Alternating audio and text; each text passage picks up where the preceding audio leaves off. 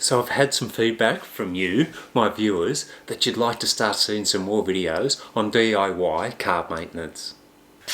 So you asked for it and I've listened, and I've decided to produce a series of videos on DIY car maintenance, and I'm going to kick that off with how to check your engine oil.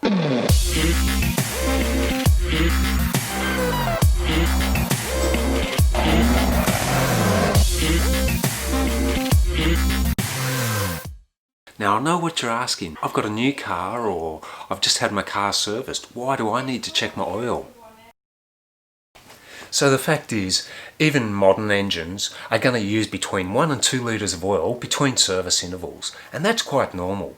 The grade of oil that they're using in newer cars is much thinner than what it used to be, and it's going to make its way past seals and gaskets and end up in the combustion chamber where it's burnt off during normal driving. The idea of checking your oil on a regular basis is to determine when that oil needs to be topped up and brought back to a safe level.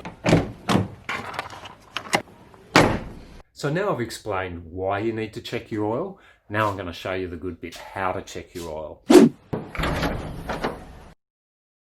It's a good idea, while you've got the bonnet up, to do a bit of a visual inspection. So run your eye over things, just have a look, see if there's telltale signs of an oil leak or a fluid leak. Have a bit of a sniff, use your other senses to see if you can notice an unusual smell, maybe a burning smell or something, which might be an indication that you've got a problem that needs attending to.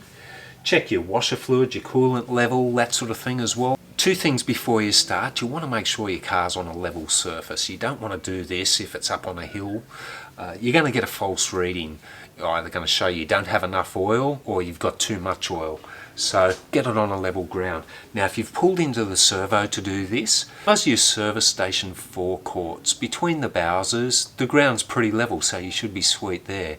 But before you start, give the oil some time to drain back down into the oil pan, because it's been circulating around the engine as you've driven down there. So give it a bit of time to settle back down. Fill up with fuel, go in, get a cup of coffee or whatever, pay for it, come back out, and that'll give it 4 or 5 minutes for that oil that's been at the top of the engine to start draining back down into the oil pan to help give you the most accurate reading possible. Now the other thing too is be careful, because if you've driven down there, the engine's going to be hot, so try not to touch anything other than the dipstick. Now what you're looking for is basically something with a ring on the top, and most of your newer cars, they color code underneath the engine. Generally it's yellow, so anything that you're allowed to touch as part of general maintenance, like your overflow tank, your washer fluid and your dipstick, will have a yellow cover on them. So what we're looking for is not a cap but a ring.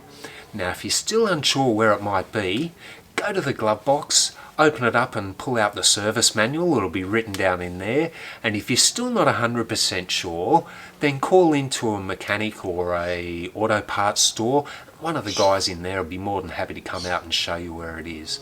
So remember, there's no such thing as a stupid question, just a stupid answer, and it'll really help you out. On my engine here, slightly older engine, so mine's color coded red, so it does tend to stand out amongst all this black, and it's on the right hand side. It's not always going to be on the right hand side. It might be towards the front, might be towards the back, or it might be on the left hand side. But once you've located it, you should be pretty sweet. What's a dipstick? It's just like a ruler that runs in a tube down the side of the engine into the oil pan, so the oil sticks to the end of it, so when you pull it out you can see what the level is. But just to be sure, I thought I'd Google the definition of dipstick. I quote, "Dipstick, a graduated rod for measuring the depth of a liquid." So I was right. For those of you who actually know me a little bit, I also saw dipstick slang. I thought, oh, I've got to have a look at that. And I quote, "Dipstick slang, penis, a useless person of inferior intellect, a dipshit." Yeah, I know. You thought of somebody straight away when I said that, didn't you? Come on guys, you have my permission to leave a comment below. Get typing. Get typing. You're allowed to leave a comment. Have you got stuck behind a dipstick at the traffic lights the other day, or at the queue in the supermarket? Leave a comment. I give you permission. You're allowed to do it. Come on, get those fingers going. Me, unfortunately, I know a few. Some of you guys might only know one, so you're better off. Now we've located where the dipstick is. Now it's going to be a little bit firm to get out because it's got a little rubber O-ring on there which stops dirt and oil and that sort of thing from getting inside the engine.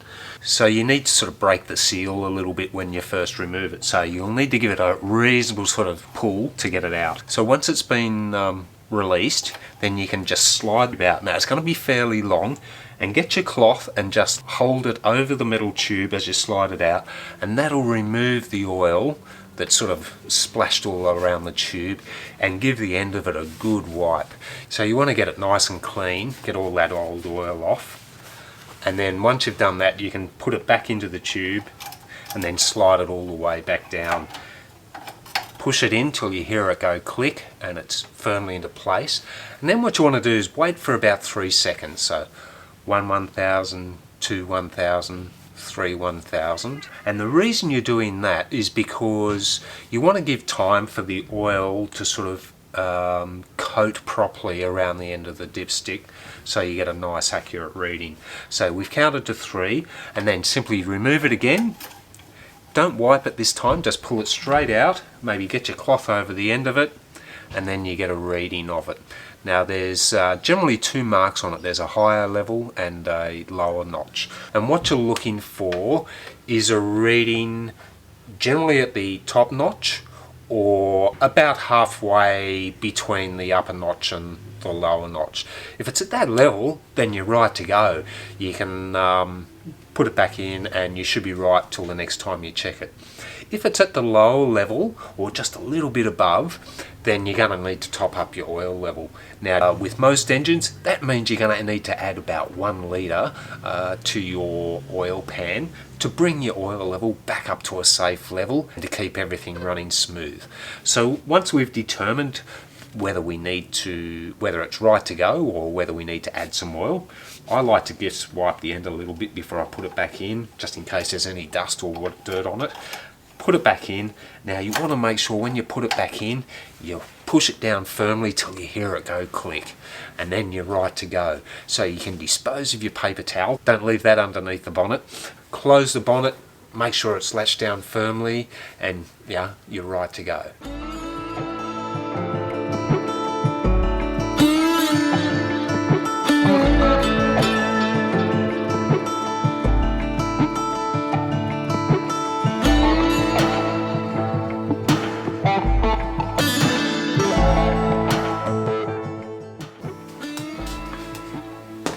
So there you have it guys, that's a really simple job to do, so there's no reason why you shouldn't be checking your oil on a regular basis now. Car manufacturers generally would suggest about once a month. I think every couple of weeks or every couple of fill-ups, so around about every 1500 kilometres you should be checking your oil, and then after you've done that a dozen or so times, you'll start to get a real feel for how much oil your car's using, whether you need to do it more frequently or whether you're on the mark. If you need to top up your oil, don't worry, I've got a series of videos coming out on how to choose the right oil for your engine, where we look at that topic in terms of how to choose the right oil and how to top up your oil, and then also I'll be doing a video on how to change your oil as well. So if you like that video and you want to see more, don't forget to subscribe and to ring the bell to get notifications when new content comes out, and if you've really found the video helpful, leave us a comment below. Do you think I've missed something, or do you think now you've got enough information to be able to confidently go out and check your own oil on a regular basis? Keep an eye out for more upcoming videos on DIY car maintenance. Until next time, look after yourselves, stay safe, and TTFN.